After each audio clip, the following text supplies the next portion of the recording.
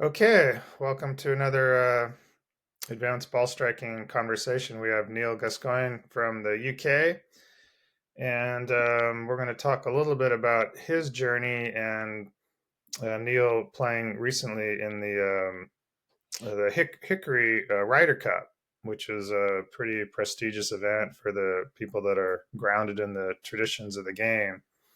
So let's talk a little bit about that, Neil. Just basically the Hickory Ryder Cup, and just sort of how that happens. Um, well, there's an organisation over here called the British Golf Collector Society, and they have qualifying events. And if you do well enough in those, you get to be picked for you get to qualify for the Hickory Ryder Cup team. So I was fortunate enough to do quite well in some of those events, and I got picked to play. So I just got back from Sweden about a month ago. And obviously the USA sent about 12 players across here, and we played against them. And you wiped them out, right? Yeah, it was a bit. Yeah, it was a little bit of a one-sided match. We had a very strong team. So yeah, it was sort of it was actually over and done with before we even got to the singles matches. I played pretty good. Won all three of my games. Played really well in the singles game against a former club pro from Michigan.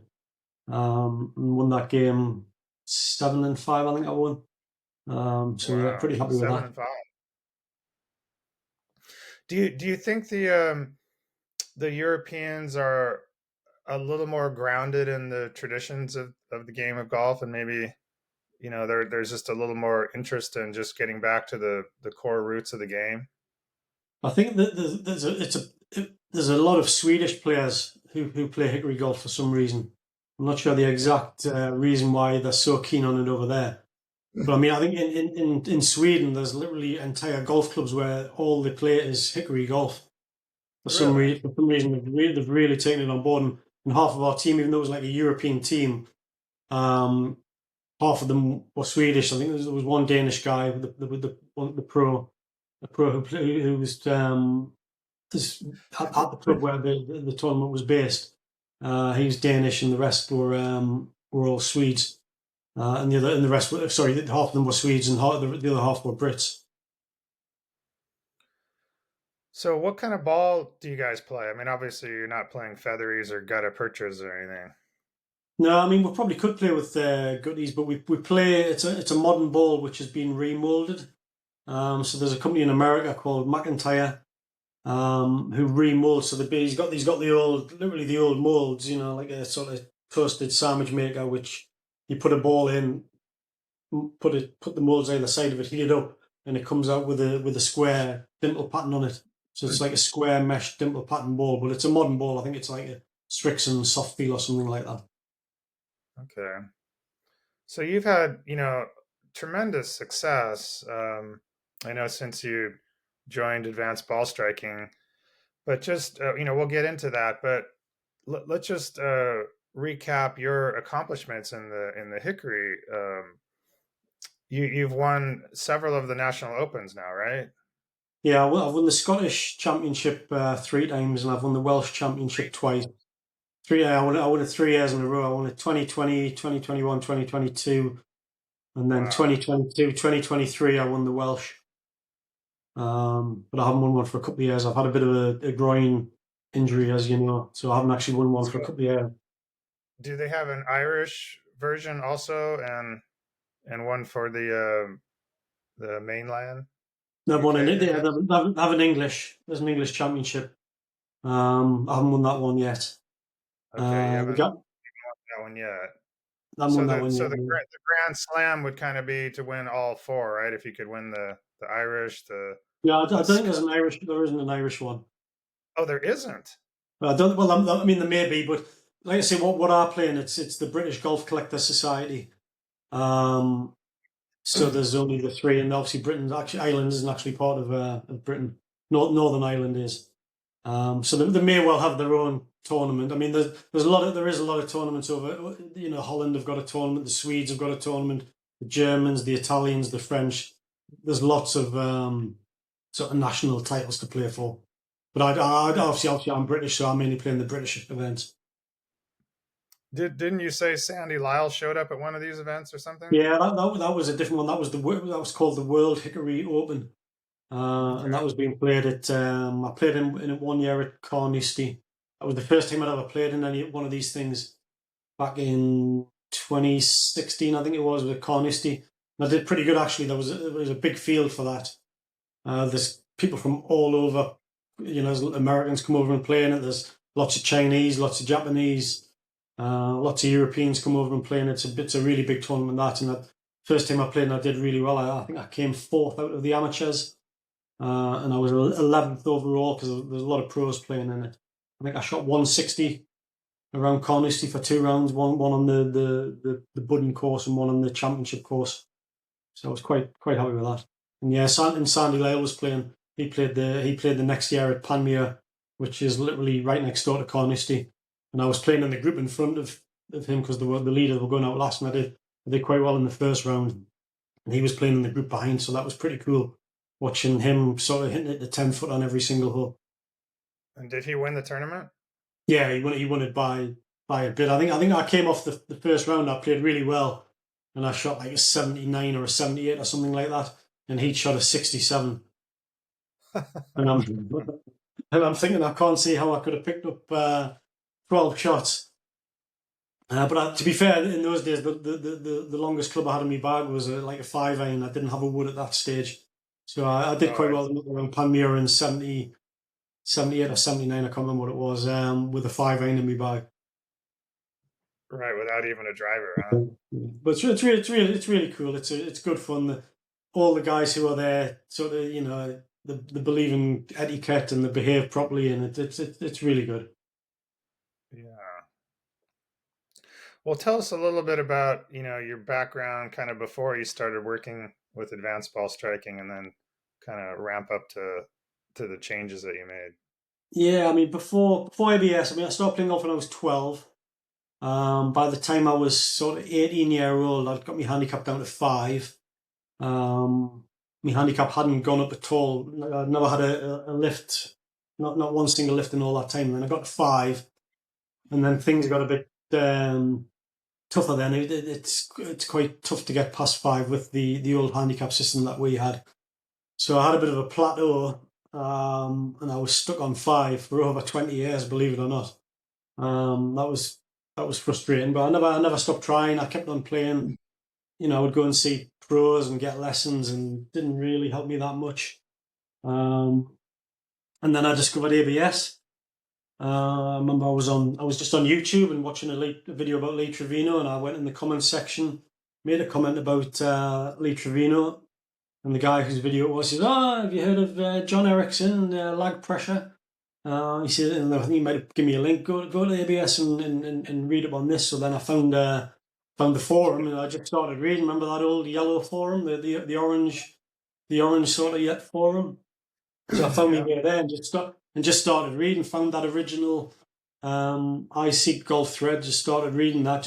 I was on there for about a month every night, just reading away, and I was just blown away by what you were saying. I was thinking, why have I never heard anyone say this sort of thing before? All of the lessons I'd had in the past, they would change me grip and tell me that my shoulders weren't pointing parallel with my feet, and that was about the level of golf instruction that I'd received.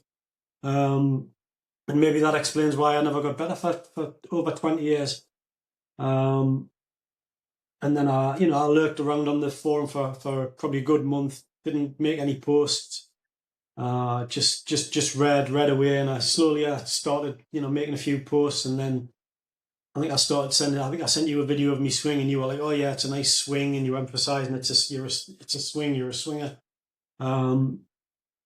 And then eventually we went back and forth a little bit via email, and you said, "Look, come on, sign up, and I'll teach you how to hit it properly."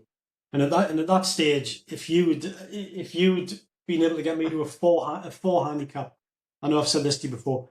If you just said, "Look, Neil, I'll get you down to 4," then I would have signed up for everything. I would have paid for everything, and I would have been very happy with that.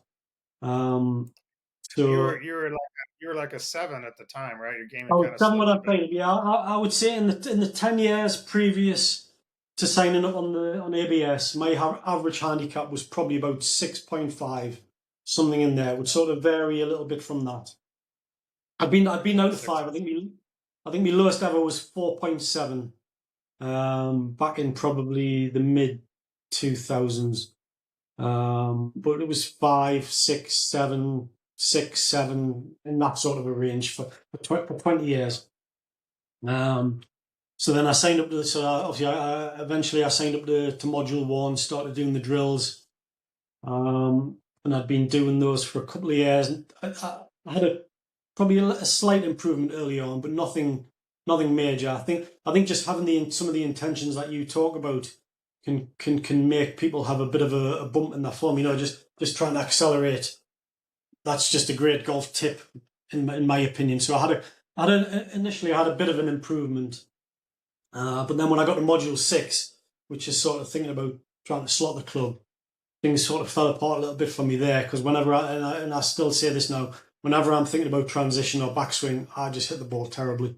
So it wasn't plain sailing all the way. It was there was an initial improvement, and then another bit of a plateau again. I think I probably got back down to 5. No real huge improvement. But then when we got to Module 8, which was after about 2 or 3 years, I think, but it only took 2 or 3 years because you hadn't actually released Module 8 at that point. I don't know if you remember that, but I think I raced from Module 1 to Module 6 in 6 months, and then it took about 2 years to get on to Module 8, which is where you had the magic trick drill. And then once which I is now started in doing Module that, 4. Yeah, sorry, which is now in Module 4. we now moved to Module 4. That was my contribution toward the rebirth of ABS, was to bring it forward, because that's where I had my sort of moment. Yeah.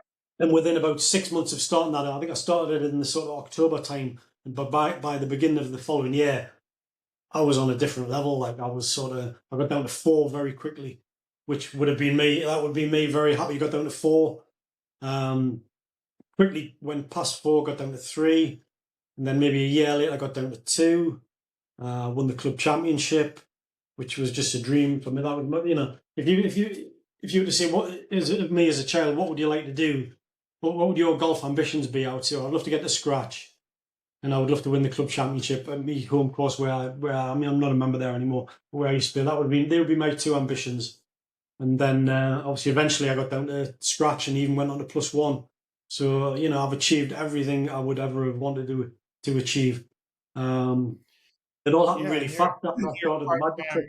part-time golfer, right? You're not playing full time. I mean, you're like, like the rest of us, where people have other jobs. You're raising a family, and that sort of thing. And it's very, very tough for people to find the practice sometimes, the Yeah, time I to mean, just go out and it go. takes real dedication. It takes a huge amount of dedication to make it, just to make one change to your swing. Now, I would say the average person to become to do everything that you teach might need to make 20 changes to their swing. I'm guessing Right. something. I'm probably not far off. Now, I've probably made half of those changes, to be honest. I honestly believe if I make all those changes, if I get them all instilled into me swing, I probably would be off +4. But I'm still only halfway there on the journey. But like you say, it's because people don't have time. People have got jobs.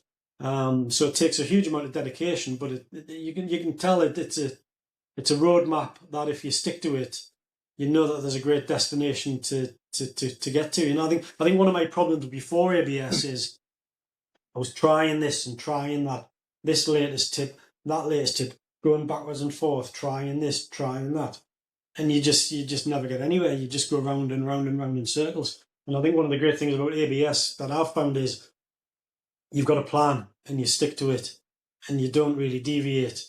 You just stay focused on what you're trying to work on.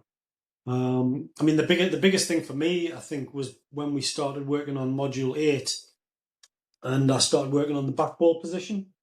Obviously, I'm not saying this for your benefit, but for people watching, when you get to Module 8, you work on a middle ball position, left ball position, back ball position, and then you sort of work on where you're going to aim based on that. A left ball position will start the ball more to the left. A back ball position will start it more to the right. And it was Right. when I started working on that back ball position, and I Create moved the my new swing, the T square. Yeah. boom, boom. Yeah. position one, two, back, right? Yeah, So and that's when that's I made my breakthrough. You've seen this image on ABS where I've put the me with the club foot halfway down in my this is me daughter's golf club. My original swing, the club was literally coming across here with my arms out in front of my body, like all the way over here. That was my swing. And then after 2 years, I had it about sort of here. And then after 4 years, it was sort of literally there. Do you remember that? Remember that image? I And do. that's when, I do. and that, I mean, you go on about the 430 line, 430 line. People are probably thinking, "Oh, here he is again talking about the 430 line." But it was only when I actually got there. It was only when I got there that I realised what you were talking about, because I was then able to sort of move me vector out to the right. So if listeners are, well, if viewers, just imagine that this is as far right as you can hit the ball, and this is as far left as you could possibly hit the ball. Once you get the Right. club down on the 430 line, once you get the club here, there's literally no chance of you hitting it over there. There's certainly no chance of you Right. starting. Certainly, there's no chance of you starting the ball over there. I should say, you can still hook it, but Right. you're not, you get the ball all the way in here, the club all the way in here. You know, it wants to go there, out to the right. So what you're able to do when you work on the magic trick drill with the back ball position is you take this, so that's as far right as I can hit the ball, that's as far left as I could probably hit the ball, and you sort of get rid of this whole left hand side of the course. So then Yeah. then you're just working with this, not that. It's literally, you can remove that much from your vector of possibilities, as you call it. And that's when I had my breakthrough, when I finally started getting the club on the 430 line, eliminate the sort of left hand side of the course, and then what John teaches, again for the benefit of people watching, what John teaches is you get really active with the hands into impact, which means you're not going to hit it right. So you've sort of you eliminate the left side, but then you can eliminate the right side by having the really active hands into impact. But then if you get the fast left shoulder as well, you then eliminate it going left. So you're eliminating all these things with these opposite Right. Yeah. opposing forces. So whereas most golf swings, I think just, I mean, I certainly was somebody who used to bring it sort of down the 3 o'clock line. I used to bring the club in here instead of from across there. And from here, you can sort of hit it anywhere. But with ABS, you're sort of you're pinning things on the extremes, and that's the way I think about ABS now. It's extremes because of pressure and acceleration, as opposed to just trying to manage the best you can along the line. I'm sure that doesn't make much sense, but Well, yeah, in a simple way, I mean, I think we can just look at it as, you hook your way in and you cut your way out, yeah, right? So exactly. it leaves kind of a net zero. So if you hook your way in, if you're coming way from the inside on the 430 line, that pulled shot, that left vector of possibility now goes much more to the right. So you're just taking where you could possibly miss a green over here, you're now, 20 feet left of the pin on your worst swing rather than missing the green, right? So the 430 line, we hook our way in. A hook swing is a more powerful swing typically, right? The hook move is a more power move. But then what we do is then we rein that in. So we have a hook entry, but we cut our way out, also flattening out our lie angles, getting rid of offset on the clubs, working into stiffer shafts, so that you can't really hook the ball. So you've got a hook swing, but you can't hook it because your gear is set up to where you can't hook it, and you're working the shaft low, left, and around post impact. So all these things are anti. We're working in the opposite direction. So we're hooking our way in, cutting our way out, and that's really what allows us to have a repetitive swing where we can just sit there and just hit bullets all day long, because you feel like you can't hit it left, but you feel like you can't hit it right because you're doing everything you can to try and hit it left, but you can't. So the ball doesn't go right because you're trying to hook it, so it doesn't go right, but you can't hook it or pull it because of what we've set everything up. So that's where it just basically becomes, a lot easier. And one, like you said, once you you master this technique, then you just hit bullets, and you just wonder why anyone would swing any other way, right? Yeah, well, I mean, it just seems logical to sort of trying to swing along the sort of a plane line. I mean, that's what I feel like I was taught. I used to think keep the club on plane, and you're trying to sort of go down the corridor, whereas what you're teaching is you're sort of it's like a cross, isn't it? It's sort of 4:30 in, 7:30 out, and you're eliminating both sides by this. I'm sure other students understand exactly what I'm saying. I know it probably doesn't make much sense to someone who's not an ABS student.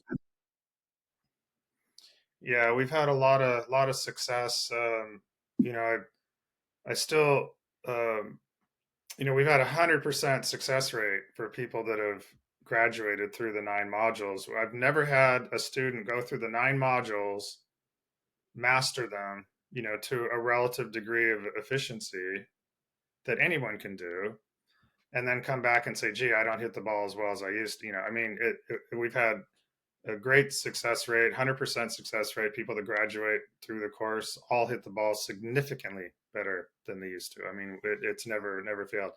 A lot of times people will get frustrated in an early module and drop out or something like that.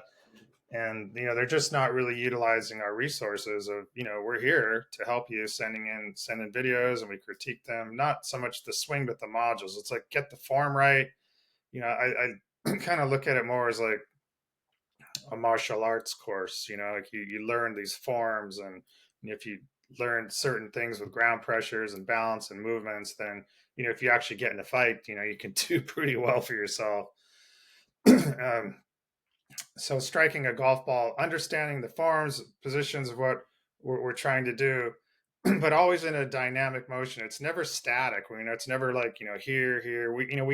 We have references that we talk about just for communication purposes, like the first parallel, the second parallel, the third parallel, the parallel past impact. But we never stop at any of these places. Everything's in motion, everything's moving, because the golf swing is a dynamic motion, and it's all about the club moving through space and time.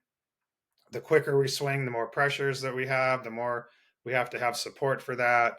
So we just cover everything with movements, and working with impact bags, and um, the module three drill. I always say, you can, if you do that, you can quit your gym membership. It's a good workout for sure. But all that post impact pivot thrust and acceleration, which is, so ultimately what we're trying to do is hold shaft flex, maintain the flex of the shaft through the strike, and stabilize our low point, and stabilize the club face through the strike, so that it stays looking at the target longer as we're moving through, and get rid of the active toe, the kind of throwy thing where people are rolling their wrists over and that sort of thing. We take that timing element out of it with the hitter's protocol. So you've done well with that, and moved through this stuff, and have had wonderful success. So it's Yeah, great. well, I mean, one of my thoughts, getting back to the Hickory stuff, is you're talking about holding shaft flex, and this is one thing I think's helped me with the Hickory golf, because every Hickory shaft is different. Literally every single one. They don't manufacture a bunch of shafts which are all the same.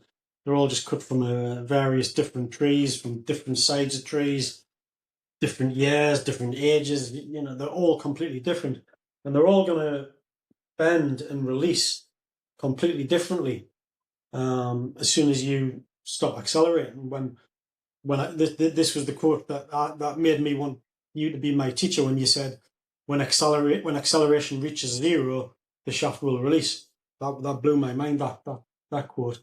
But with Hickory, if you can accelerate beyond the ball, then the shaft's never going to release. So it's Right. for me, it's the perfect way to play Hickory golf, by accelerating beyond, because they're all going to just bend this way, they're going to release that way. There's a lot of torque in these things, but if you can stress the shaft all the way to the ball by accelerating beyond it, then you're never releasing the shaft, and you're not having it kick in all the ways that it wants to kick, and they're all going to be different. I mean, I remember we talked about shaft spine alignment, and you were like, "That's not something we need to worry about. That's a swinger's thing. A swinger who's going to stop accelerating, their shafts are going to all release differently, but it's not an issue if you can accelerate beyond the ball." And I've always seen that as being a great advantage as a Hickory player to at least be trying to do that. I'm not saying I always manage the whole shaft flex, but I think I do quite a lot of the time just by accelerating, and I think that's it's literally a huge advantage. Yeah, but you play the modern game also, right? So you have Yeah. you have kind of one foot in one world and one in the other too, right? So tell us a little bit about that, like going back and forth between the Hickory game and the modern game. Yeah, it's not a problem. I mean, I played after I got back from Sweden. Um, I went out for a game on the Saturday. It was like a week later. I hadn't played for a week, and went out and shot a 75 with me regular clubs. I mean, I play blades. I've always played blades. And I was using a set of Spalding Bird on the balls from like 1990, which are ABS spec, heavy, 6 degrees flat. They've got S300 shafts, which are hard stepped, so that makes them sort of in between an S and an X shaft. Use a modern driver. It's like a Titleist 910, which I think is about 15 years old now. But use a modern driver, and that's probably the worst club in my bag. I hit my driver worst out of all my clubs. But yeah, if I went out and played Hickory tomorrow, I would probably wouldn't make that much difference. I can just chop and change between the two. It doesn't take like half a round to get used to them again. But that goes back to trying to hold shaft flex. If you can hold shaft flex, it doesn't really matter what the shaft is.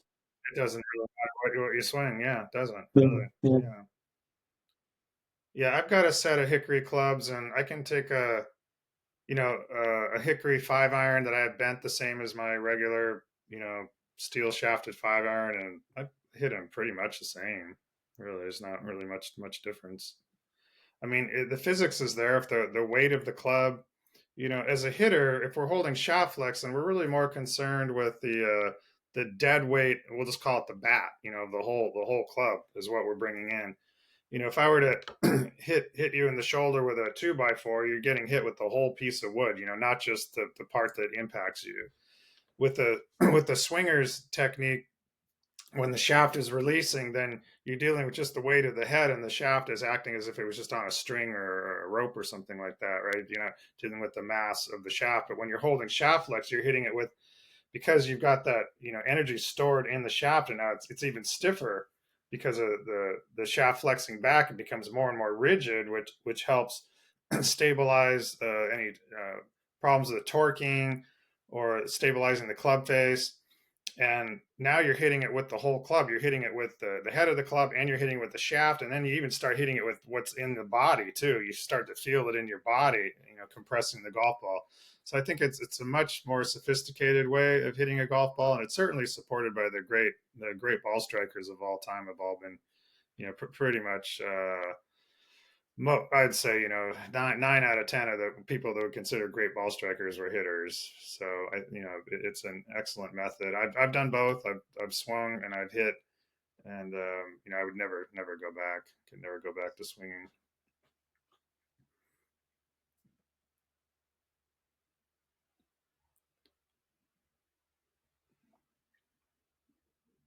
So what do you think about the Hickory swings then? I mean, were many of the Hickory players hitters, or were they all swingers? I mean, Bobby Jones. How would you classify Bobby Jones? Yeah, I think Jones had more of a swinger's release, and I say that I know one of the things he talked about was he was obsessed with his shafts, the Hickory shafts, trying to get them matched. And I think it was his 8 iron that I think he said that he had trouble ever finding the right shaft for it because you're dealing with a timing element of the shaft straightening, right? I mean, Jones would have had access to the best clubs, right? I mean, whatever was out at the time, he would have had absolutely the best, right, of of that time. So, but a typical player that's using a swingers release, and you're having a set of Hickory clubs where the shafts are just in a huge range of shaft deflections. Like some are looser than others, and some are firmer. and you would basically have to memorize each shaft, timing each shaft and getting a feel to practice swing, and then trying to feel the, oh, this one's stiff and this one's loose. But like you said, if you're hitting, then you could work right through it, hold shaft flex, and take that element out of it. When I look at like Walter Hagen's swing, um, I would say that's much more of a hitter's move, right? And there's an argument that Hagen was the better player. I mean, they had that famous match, right, when they went out and Hagen played Jones, and it was a big deal, and Hagen just wiped him out. Um, that that era. I mean, I'm not real familiar with a lot of those players from that era, Varden, and we don't have great footage, really. The I cameras mean, weren't really Varden very. certainly looked pretty active with the hands.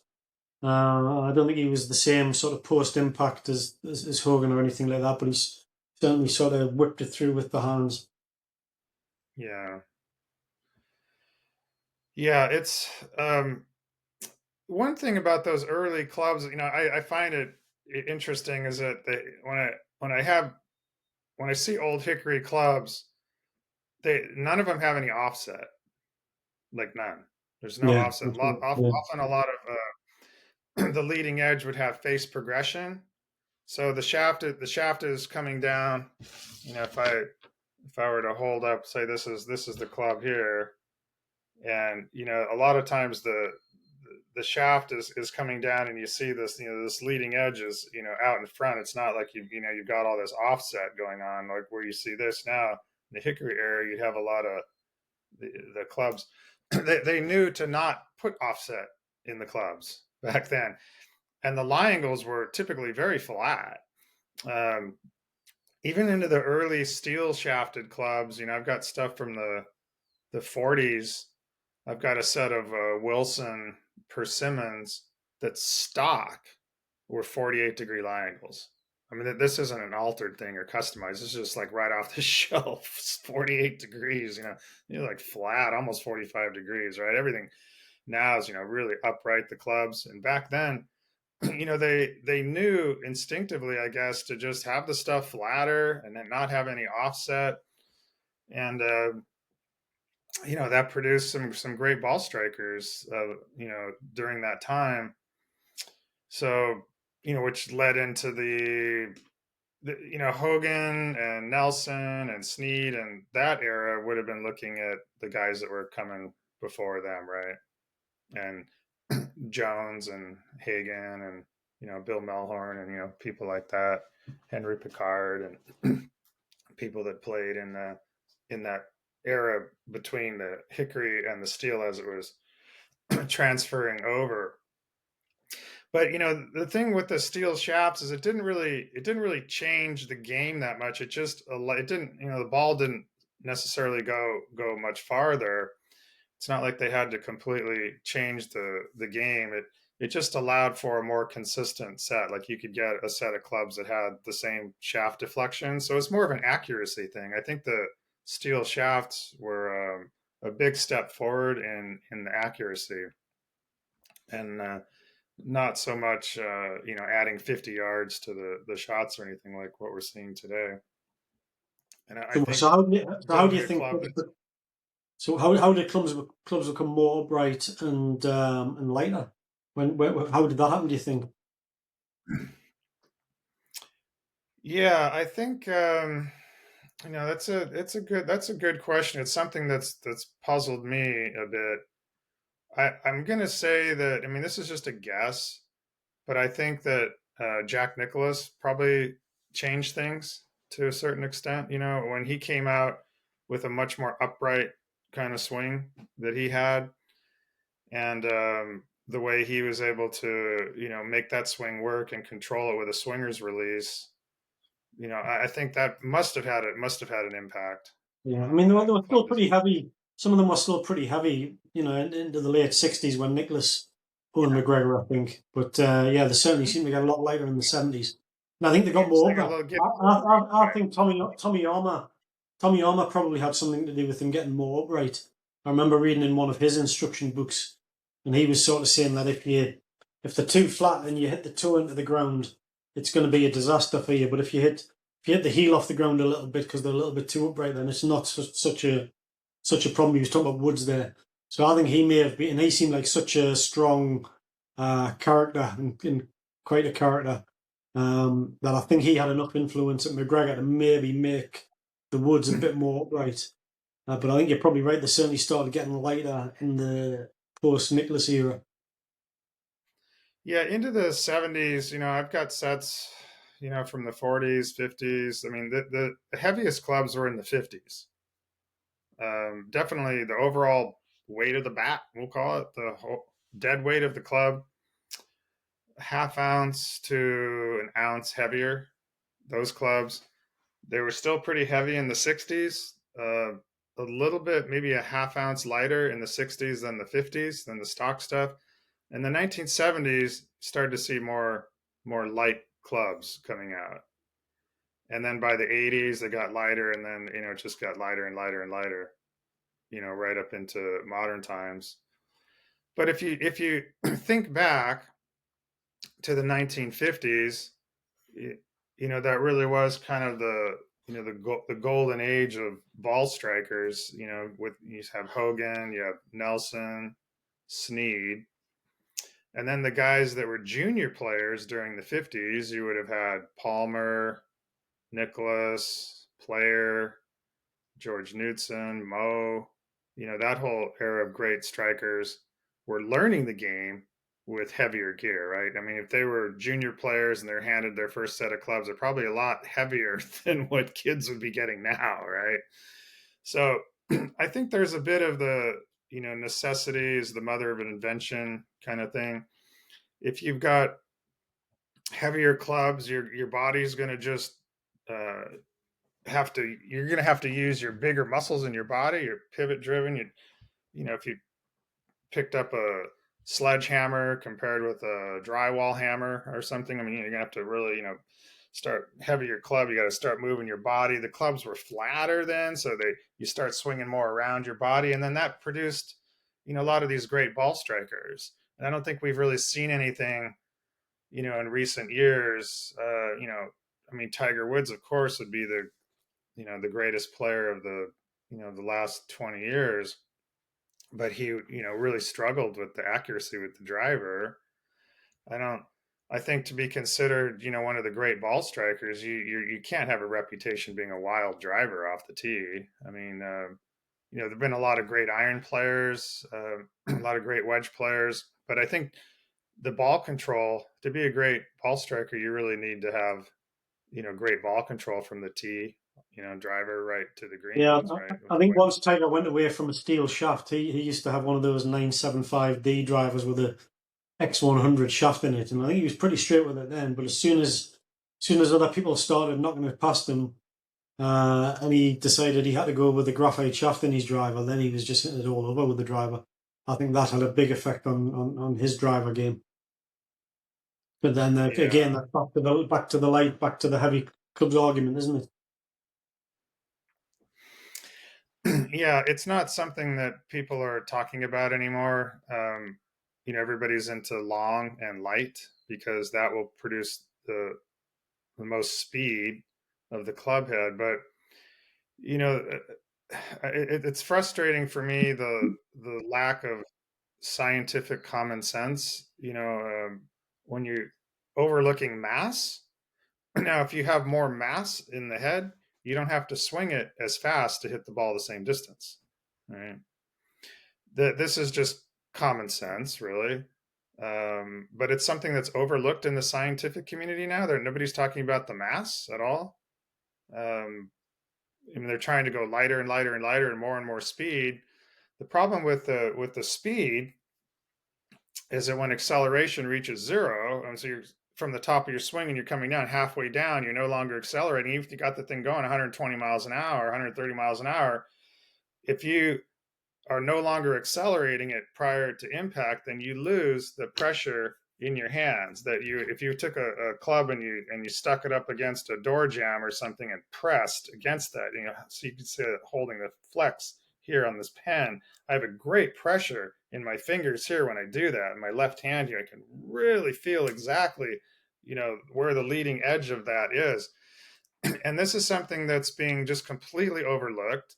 The scientific community is not considering the pressure in the player's hands and what they feel and where their awareness is of the leading edge of the club. So when you're holding shaft flex, you have the pressure in the shaft, you have the feel in your hands, and the awareness of exactly where that leading edge is.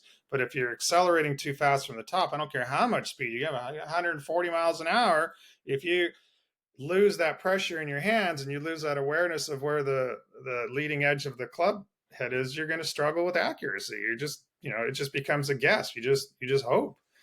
And I think that's why when you turn on the TV, or when I turn on the TV, I assume we're watching the same tournaments. If I turn it on and I see the tour pros are just hitting it all over the place, you know, how can, with a driver, why is that? Why are the tour players, the best players in the world, just having accuracy trouble with the driver? And it's because they're losing shaft flex. They can't tell. It's no fault of their own. They just have this long, lightweight club that they over accelerate because they can. It's too light, get too much speed too early, and then they can't feel where the leading edge of the club is. Yeah, well, I mean, It's not. the engineers and the teachers now, and the like, especially from the TrackMan results that they get, they're only interested in like the ball speed and stuff like that. They're not interested in acceleration. So I mean, here's a question for you then: if you were to be asked to join the TrackMan team, and you're going to design TrackMan version 15 or 20 or whatever number it's up to now, if you were part of the TrackMan design team, what would you add to TrackMan? What features would you add? Well, I would absolutely want to know what my club head speed is, say, 1 foot before the ball and 1 foot after the ball. Okay. I would want to know my speed there, those 2 points, and I'd want to be able to know what those speeds were if there was no ball. In other words, I were to be able to just take a swing without the ball. So let's say I just come half inch above the mat or the ground, right? And I would want to see what my club head velocity is doing prior to low point and beyond low point. So, a foot before, foot after, or 2 feet before, 2 feet after. I think that would be very, very valuable information. I would also want to somewhere be able to plug in the mass of the club. So if I'm hitting drivers, for instance, I think somewhere you should program in whether you have a 10-ounce bat club, 11, 12, 13, 14, 15, 16. The overall mass of the club uh, I would definitely want to know what that is, be able to put that in because that's going to affect the ball. The whole idea of like just studying the ball, like so the ball's taking off and they're looking at the spin of the ball and the speed of the ball, and then they're saying, okay, well, if the ball's doing this, then we know that the club had to be doing this. But I disagree with that because it doesn't know the mass of the club, right? You have to know that, and the fact that it doesn't know the mass of the club, I think they're making a big jump there. They're putting in some kind of stock algorithm. They have to put something in there to determine what they think that the club is doing. So yeah, that would be the main things that I would, if I were on the TrackMan team, I would say that would be information that would be critical to Yeah, see, I think I would want to know how helping open the understand club. I think I would want to know how what's open that. the club face is. I would want to know how open the club face is, sort of 2 foot before impact, what it is at impact, and what it is 2 foot after Yeah, impact. How much it's closed down after impact. But if you were to say, okay, yeah. one change we can make, I would want to know, okay, 2 foot after impact, how much is the club face closed down? That would be the thing I would add to TrackMan. And I think it does Yeah. measure the club before and after, but it doesn't give you anything from that. It just gives you the moment of impact. Yeah, But I that still don't. Go ahead. Yeah. Yeah, but that's what these tour pros are focused on, aren't they? That they're just focused on what's happening at impact. What's happening after impact is irrelevant to them. I mean, golf instruction, really, apart from you, it really doesn't care what's happening after the ball's gone. Yeah, I don't the whole thing is still kind of a mystery to me why people are obsessing over these machines because what is it going to tell me that the ball didn't tell me? I mean, if I hit a golf ball and it goes, slices off I mean, the ball just told me what happened. If I look at my divot, I can tell whether I'm cutting across it or inside out or whether it's feathering to the left or, just learning kind of the ball flight laws. If I'm hitting it low, am I hitting it high? What are my divots doing? Am I taking a steep divot? Is it deep? Am I taking a bacon strip divot? I mean, it tells me all those things right there. So I guess if you're just indoors or something and it's you know, you got 6 feet of snow on the ground and you just want to get some kind of, hitting into a net and I guess it would maybe have some kind of value there, maybe, but yeah, I don't really understand that. The other thing too, like the ball speed thing, like what does that have to do with anything? I mean, I couldn't imagine even thinking that number. Like if I'm out on the golf course and I'm 160 yards away, the first thing that I look at is what trajectory do I want? I always try and come in with as low a trajectory as I can. If there's a bunker in front of the green or water, then I can't come in low. I'm going to come in high. So, am I going to come in high or am I going to come in low? But I'm going to prefer to come in low because the distance between my ball and the pin, the shortest distance is a low trajectory. If I were to take a string and put that string the ball travels a shorter distance than it does if it goes up, and then it's getting affected by wind and all sorts of other things too. So I pull the club first based upon trajectory, and then the second would be the shot shape. So am I drawing it in? Am I fading it in? Am I hitting a high draw? Am I hitting a high fade? Am I hitting a low draw, a low fade, or something in the middle? So my club is going to be based upon trajectory and the shape of my shot. So if I'm going to fade the ball, I'm going to have to swing a little bit harder on a fade than I am a draw because the fade shot tends to not fly as far. So, I'm going to calculate that. So it becomes really a feel thing. Hogan didn't use yardages, right? Didn't use yardages, right? He cited everything. There's a skill set to that.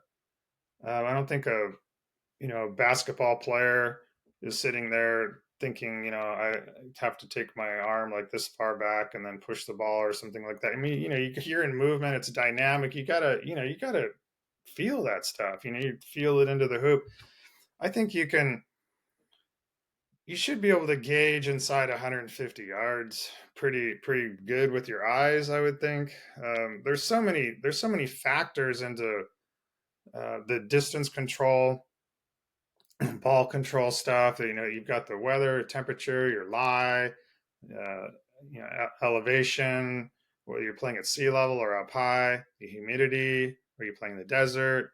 Is it cold in the morning? How does your body feel? My body feels different at 6:30 in the morning than it does at 1 in the afternoon. To sit there and just say, okay, I'm 160 yards, I pull a 6 iron or whatever, just there's my yardage. And I just think there's so many other things to consider. Is the ball sitting down a little bit? Is it sitting up? Do I have a side hill lie, downhill lie?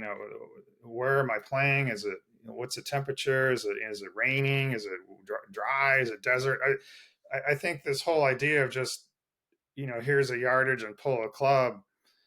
I mean, it's one way to approach it, but I don't think it's the more sophisticated way of doing it. I think you got to develop that skill set and that feel just as if you were tossing golf balls into a bucket from 20 feet. You just got to kind of look and feel it in there. Golf's not so much a game of just perfection as it is just trying to eliminate the bad stuff. I mean, if you don't have to drive it with perfect precision to hit every fairway. Say there's 14 fairways out there. You should be able to go out there and hit all of them. You know. Really? I mean, miss a couple, maybe. I don't know, on a bad day. I don't think you go out there with hit 7 out of 14 fairways and think that that was successful. You know, I think getting it in the fairway and then getting your shot on the green, is a little tougher. So you have two things to consider. You've got the left and right issue, and then you've got the long and short issue. And one thing I know for sure with distance control is my distance control got a lot better when I went into heavier clubs. No doubt about that. Yeah, totally With agree. a heavier club, yeah, when you've got a heavier club, you can really you feel a big difference between, moving that ball an extra 30 feet, you know. I mean, it takes a lot more effort to get that ball to go 30 feet farther than with a Yeah, lightweight it's hard. club It's hard to go along. It's hard to go along with heavy clubs. yeah, I mean, it just much more consistent with the distance control, and people forget about that. They're concerned about the TrackMan machines are a perfect example, right? Because it's left and right and the open face and all this telling you what the ball's doing or whatever. But the distance control is so important, just as important as left and right. So I think moving into heavier clubs is going to help in that area. But people are looking at the modern game where the ball's, going so far and everybody's trying to hit it 300 yards or 350 yards. And this whole idea that you just hit it, swing as hard as you can and get as close to the green as possible. Who cares where it goes? If you have a wedge in your hand, you should be able to wedge it out of some, light rough. And they're, cutting a lot of trees down on courses now. And then that's kind of this kind of dumbed down version of golf. But if you're playing a classic track that's demands that you hit the ball straight, you have smaller greens, and it's all about pin placements and angles in, and it's obviously a more sophisticated version of golf. A lot of people are still playing these kind of courses. A lot of club people, amateurs, are playing classic golf courses that were built in that era, and there's a different set of requirements for them. So that's really what we're doing is we're helping those people out to get control of the golf ball and start hitting it straight and being able to draw and fade the ball correctly. And like you said, with the three different ball placements that we work in module 8, and then in module 9, we learn how to draw and fade the ball in a more sophisticated way, rather than like throwing the hands at it or trying to roll the wrists over or do something in the in your changing your address or whatever. We don't have to change anything. We do everything with post impact intentions, whether we're drawing or fading. We do all that with past impact with what our intentions are there. So then you learn to draw and fade the ball off the three. We'll just break it down into three. Your front, your mid, and your rear ball positions, and you learn to hit draws and fades from each of those three positions. Well, once you've got that down, then you can go out and play side hill eyes, and with a little bit of practice, you have the skill set to be able to play in any of those kind of situations. So it's all the ball control stuff, and I think that's where people are going to drop their handicaps down, is getting control of the golf ball. Because the distance thing is really, I mean, I say this over and over and over, but, how many times around are you really trying to hit the ball as far as possible? You know, par fives, maybe, okay, four. And of the 10 par fours on a golf course, typically, typical par 72 with, four par fives, four par threes, you got 10 par fours, right? So if there's 10 holes, a lot of them have dog legs. So you don't want to drive it through the fairway. So I don't know, maybe another four times. Maybe you're going to try and hit it as far as possible on a par four. So if the par fives and the par fours, that's only eight swings, and you're going to shoot 70, 72. Let's say you shoot 70, a couple under par, 8 of those swings. Well, what about the other 62 shots? The other 62 shots require distance control, right? From putting, right? Distance control, chipping, distance control, wedges, distance control, all your shots from the irons, distance control, par threes, you're not trying to hit as far as possible, right? So those 62 shots, you're going to, improve your golf game by getting better ball control and distance control, accuracy.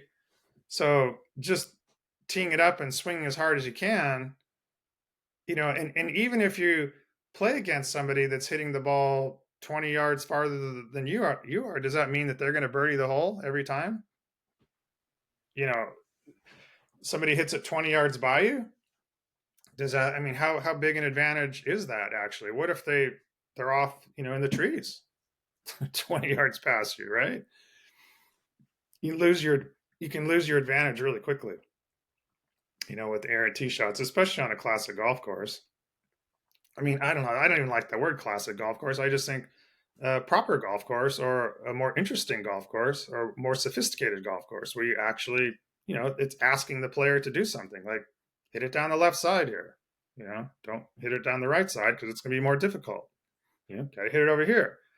You got a back, back right pin placement and you got a bunker in front and you can come in from the left side and you got a nice open shot into that green from there.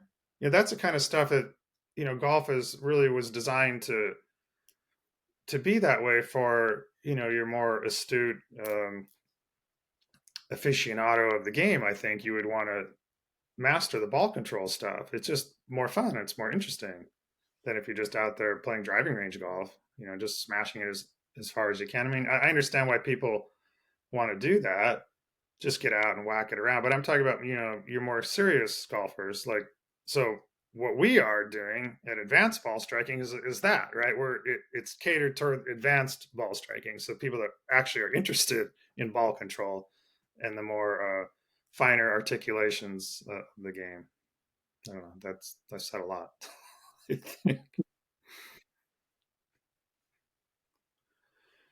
But Neil, how did your ball control get better as you worked through the modules? Well, like I said before, I was able to sort of. I'd went from. I always hit everything with a fade before because I came in on the sort of 3 o'clock line or even the 2:30 line. That was my approach, and I would sort of almost feel like I was doing what you would call the orbit pull. I would sort of from 2 o'clock on the ball, I would really pull the club up on the inside, and I would hit a pull fade. That was my way of playing. And like I say, I found from there, from 3 o'clock, I could come over the top and I could hit a huge pull. It would fade a bit, but I knew it was going to start a long way left if I came over the top and pulled it. But if I got a little bit ahead of it, it could go 40 yards to the right. So I had this huge wide range. This was the over the top pull. Got a little bit in front of it. It would shoot up high to the right and not really go anywhere. And then by getting the club on the 430 line, I just narrowed that window out to the right. So everything, all of a sudden, I'm hitting everything way right. Well, I just rotated my whole stance and everything round to the left, opened my stance up to the left, and I was sort of just hitting it up this right hand wall, and that was the breakthrough for me. Like I say, I wasn't hitting the ball any further. Certainly wasn't hitting it any further. But my misses were just. I'd half my misses, John. I think that's the best way to describe it. I was, because I knew I was going to start it up that right hand wall. I used to literally practice as if there was a wall up the right hand side of the golf. I used to, on the practice area, I would go all the way to the right hand side of the range, and I would tee off literally a yard from the right hand side of the range, and I would hit it up the right hand edge of the range, and just to the right of it, literally a yard to the right, was grass which was this tall, and I would just draw them back in. Bear in mind, I'd never had a draw for 20 years at this stage. I was an over the top, pull it left sort of player, and all of a sudden I'm on the 430 line hitting these little push draws, and I was just, so like I said, that was the way I practiced. Set up where I would hit it up the right hand wall and just draw it back in, and if I didn't draw it, or if I got it slightly wrong, I lost my ball. So I think I was just able to get into that sort of deep practice zone. I know we've talked about the talent code in the past. Yeah. And what is deep practice? How do you get into the deep practice zone? And this was before I'd read the talent code. So I think I just through working on the back ball position, doing the module 8, the magic trick drill, I think I was able to stumble into this deep practice zone, and I would literally hit like 200-300 balls a day. Where I had the back ball position, I was getting the club on the 430 line. I knew it was going to start out at the right. Okay, I just aimed a little bit left, and I was just hitting the ball down the right hand edge of the range with a bit of draw, and I just went with that. and it was only a small practice area on the golf course I was a member at, so you could only really hit about a 6 iron at the very most. So I think I was just sort of hitting 7, 8, 9 irons, and I just became very accurate with the short iron. I remember telling you not too long ago that I've actually had 6 hole-in-ones since I started working on ABS. Remember when I said that? Um, Wow, and that was that's mostly incredible. during that period. I think I had three in about 3 years when I was doing that, just sort of getting the club on the 430 line, hitting it so this is as far right as you can hit it. That's as far as left as you can hit it. I was getting the club on the 430 line, which meant I was going to hit it up this right hand wall, and then I just aimed everything left. And I was just literally, because I was so deep on the 430 line, I couldn't hit it any further right because I'm coming all the way from the inside. I'm not going to start at left. So I was just hitting them up this Yeah, right hand wall. And all I was doing was just sort of, I just closed the club face a little bit. I mean, I'm not saying that's ABS, it isn't. Um, and I just found that meant I could hit that bit of a draw. So that was my initial improvement, just sort of getting 430 line, taking the left side out. And that was all around about 2014, 2015, 2016, that sort of period when I won the club championship and I got down to, my handicap came down to 2.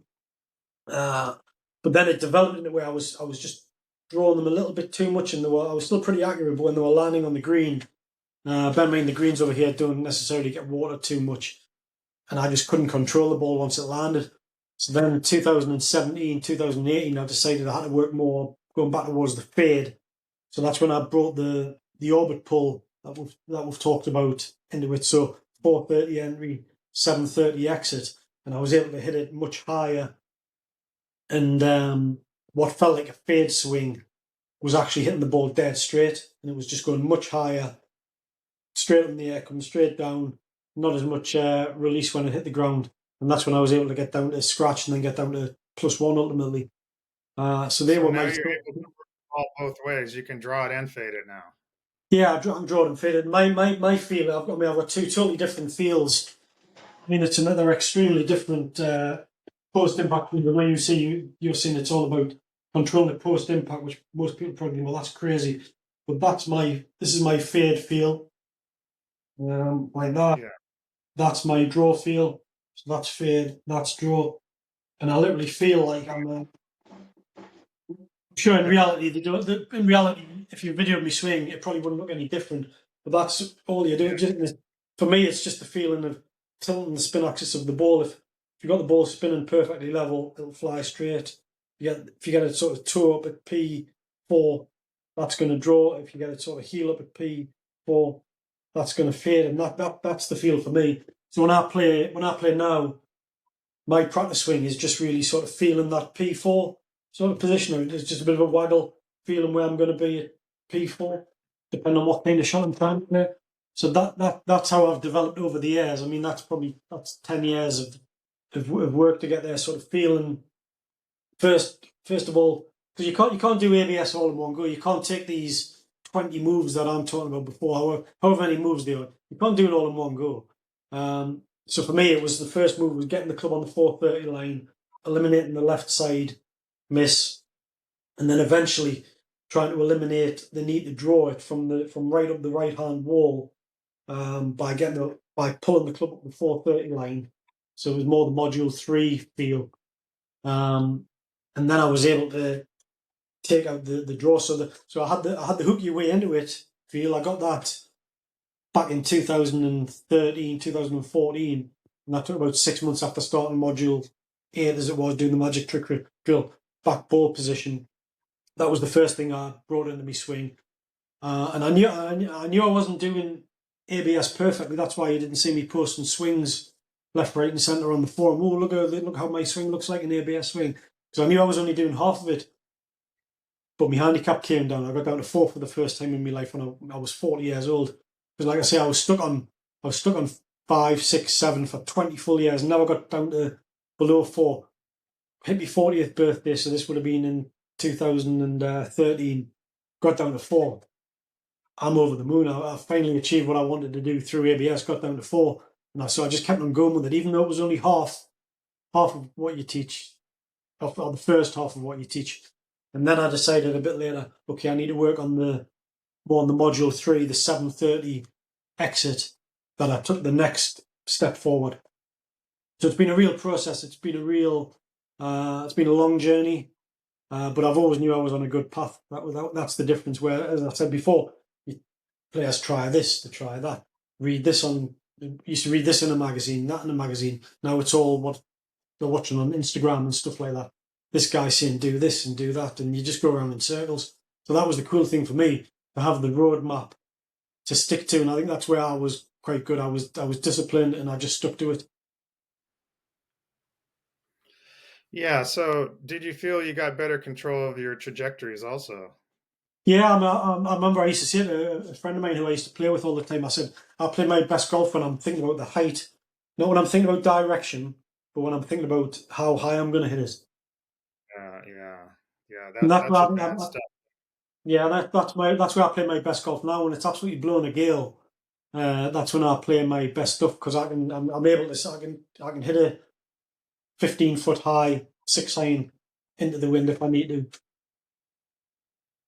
And when I won the club championship, I mentioned before, when I won the club championship in 2015, it was blowing an absolute gale. I think there was 53-mile-an-hour gusts measured that day, and that's when I won the club championship. And the first Scottish Hickory one that I won, that was 22-mile-an-hour average wind speed, which means it would be gusting at about 44, 45. And I played great that day. I put it terribly because it was so windy you couldn't even think about holding the putt. But now it's windy, I embrace that. I like it when it's windy. I'm like, okay, bring it on, because everybody, this is a lesson I learned from you. Everyone's like, oh, no, it's windy. I'm not going to be able to play good today. Most of the field have given up, and I'm sort of rolling my sleeves up, saying, right, let's get out there. I love it when it's blowing a gale now. And like I say, I got that from you, and that's one of the things you sort of learn when you when you improve your ball flight, how to play in the wind, how to take that spin off the ball.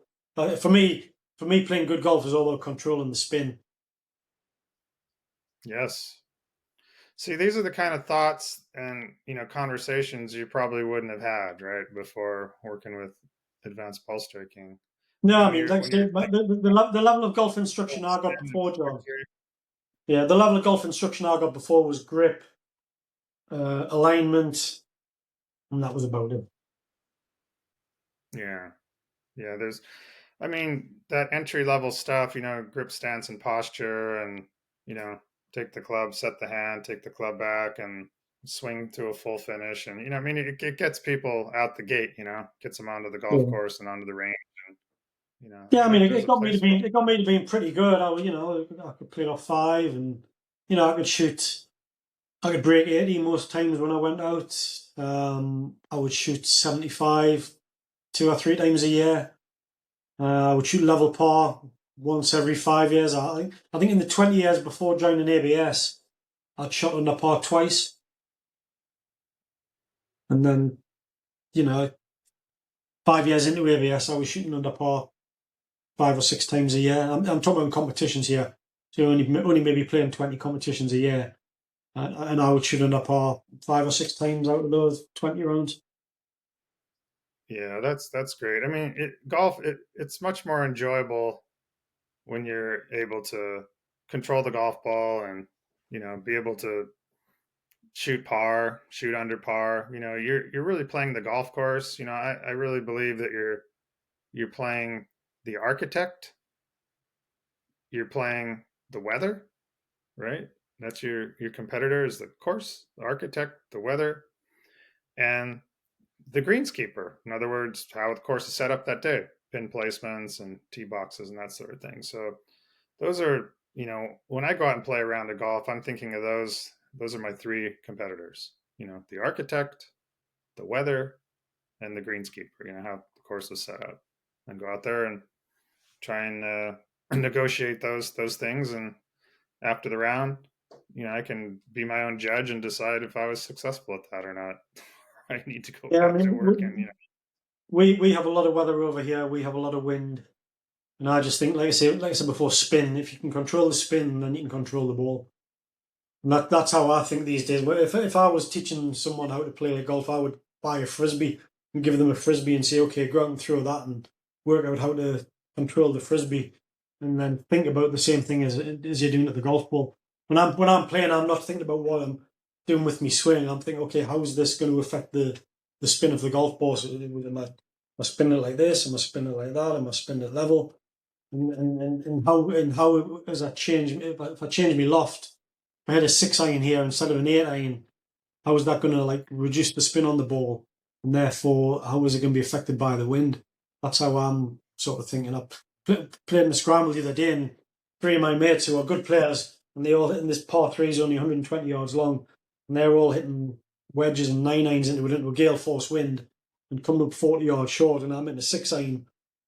Well, my ball's traveling like this, and their balls are going up there, and then just stalling and coming backwards. That's the difference. One of the things that you've done for some of our students is coming up with a modern driver that's a little bit more along the lines of um, ABS spec or whatever what we would call going with getting a driver a little bit heavier, but having the bigger head, but something that's a little bit heavier and a little bit firmer shaft. And you've made some of these. Was that the Titleist drivers that you were Yeah, doing? I do the Titleist 975D driver, so the one that Tiger made famous back in sort of 2000.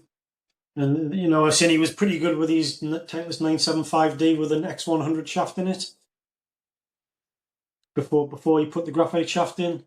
So I use those, so I'm able to pull the shaft out, whack them in the vise, and I heat them up, get the blowtorch on them until they're literally red, cherry red, and then bend them down to about 52 degrees, which is about 8 degrees flatter than what they were. And then Yeah. I stick a bit of lead in, because it's a bore through shaft. So where Right.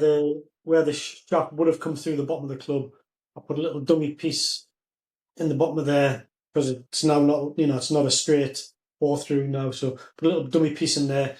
I can put a bit of tungsten powder mixed in with the epoxy in there. That can add a little bit of weight, and then put a heavy steel shaft in, which brings in a normal grip, which brings them up to about 14 ounces. And then players, if they want to put a graphite shaft in it later, they can do that. But yeah, a lot of people message me like 10 years later saying, "Oh yeah, I'm still using that 975D driver that you made me 10 years ago." Are you still able to make those for people if they need them? Yeah, I do quite a few. Yeah, yeah. I've got, I've Yeah. got, I've got, So I've probably got 20 heads in my shed, just ready to put the shafts in. Yeah. yeah, of course, we're making persimmon drivers now, having them made at Advanced Ball Striking. We're selling a few of those, but for people that want a modern driver with a little bit more flatter lie angle and a little more weight, then feel free to contact Neil and get one made up because I know that there've been a lot of students have been really happy with those.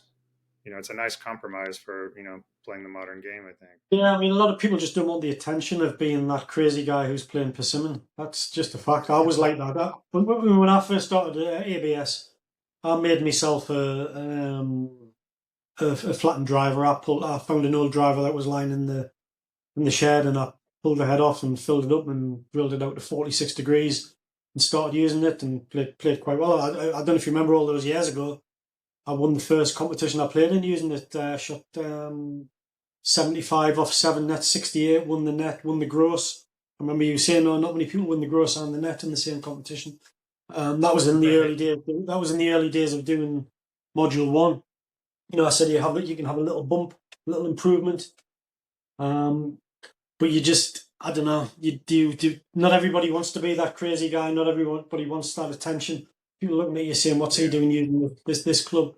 So it was sort of felt like a necessity to come up with a modern alternative where nobody's even going to look twice. If somebody played with one of the drivers that I make, people wouldn't even notice the difference. They might go, "Oh, you've got a steel shaft in it," but that's about it. Yeah. Yeah, I hit persimmon because I like the technology of it. Actually, I think it's a better golf club for accuracy. I mean, the way I have it, my persimmon setup, flatter line goals, stiffer shafts, and one of the main things with the persimmon driver is that the weight distribution, there's a if you take the sole plate off, there's a big chunk of lead that's directly behind the sweet spot, right behind the sweet spot. So I want to have that precise connection between the mass and the golf ball. So I've got something like this going on, that's very the mass and that contact. I can feel if I hit it a little bit off center, I can tell exactly where I hit it, and then my brain can make the adjustment for the next swing to keep my swing in good shape. And I hit the persimmon driver straight, accurate. I've got I put a pole, what I call a pole shaft, a very very stiff shaft. It's basically a 1 iron shaft that's tipped, and stick that in there. I'm not a believer in driver shafts that should be looser than iron shafts. I don't agree with that anymore.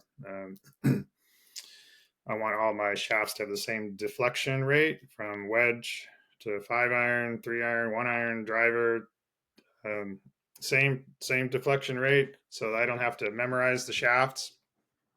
So I can do that with a with a persimmon driver, get the line angle correct with it, and I like the mass directly behind the sweet spot. I don't like I don't like cavity back irons because I lose feedback. I can't tell where I'm hitting it on the face, and my swing tends to deteriorate over time. Same thing with a bigger, the what I call the frying pan driver, perimeter weighted essentially, no mass behind the sweet spot. I don't agree with that for accuracy, and I hit the ball plenty long enough to play any course I'm interested in playing, so that's not a problem.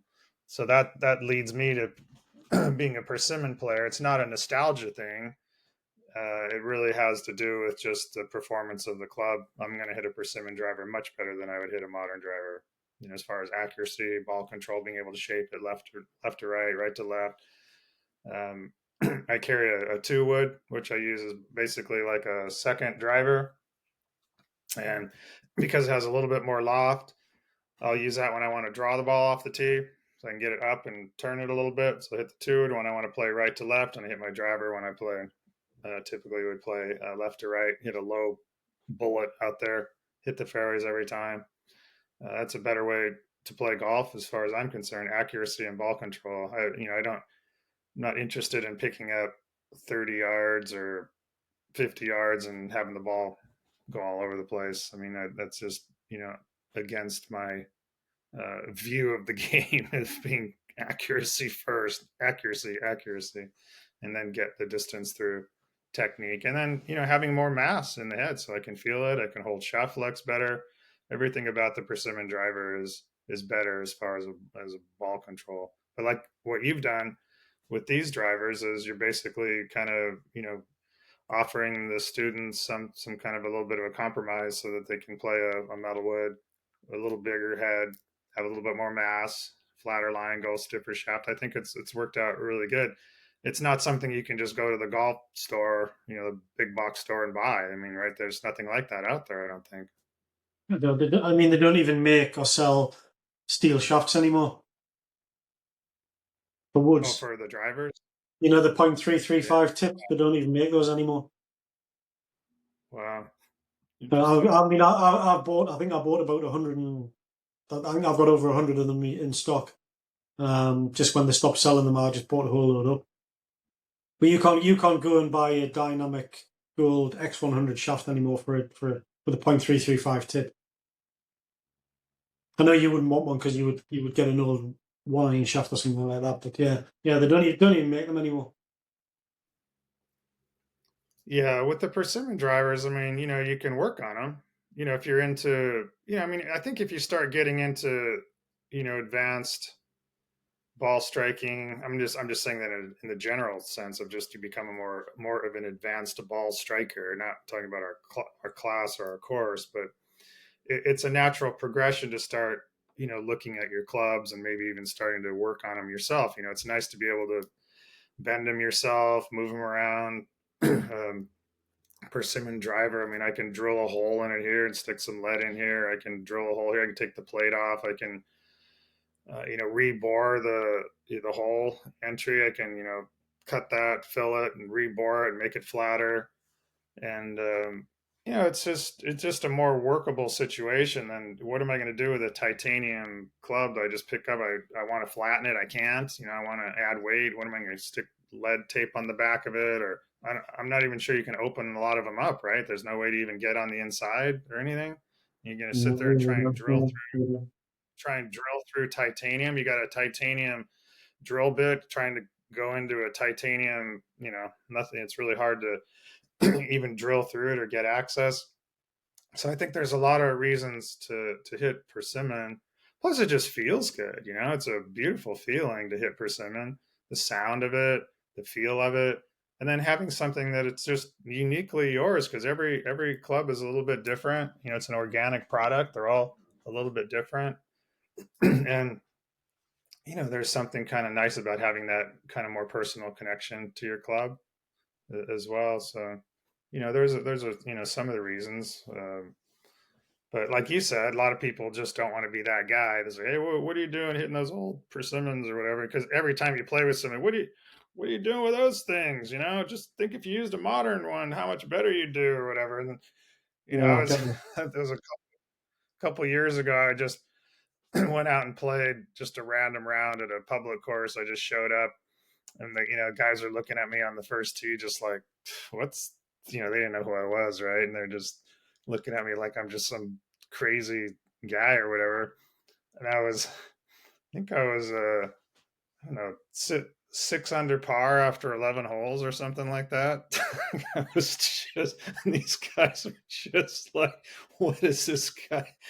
They all like, by the end of the round, they just had 101 questions for me, about how do I learn how do you hit the ball so good? How do you hit, how do you do? I just, yeah, it was really nice playing with you guys.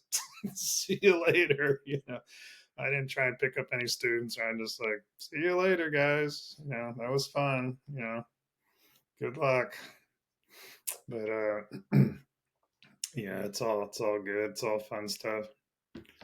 Well, any final thoughts, Neil? Um, Not really. I think we've covered most things. I think we're supposed to be talking more about Hickory, but I think this is where the conversation sometimes go.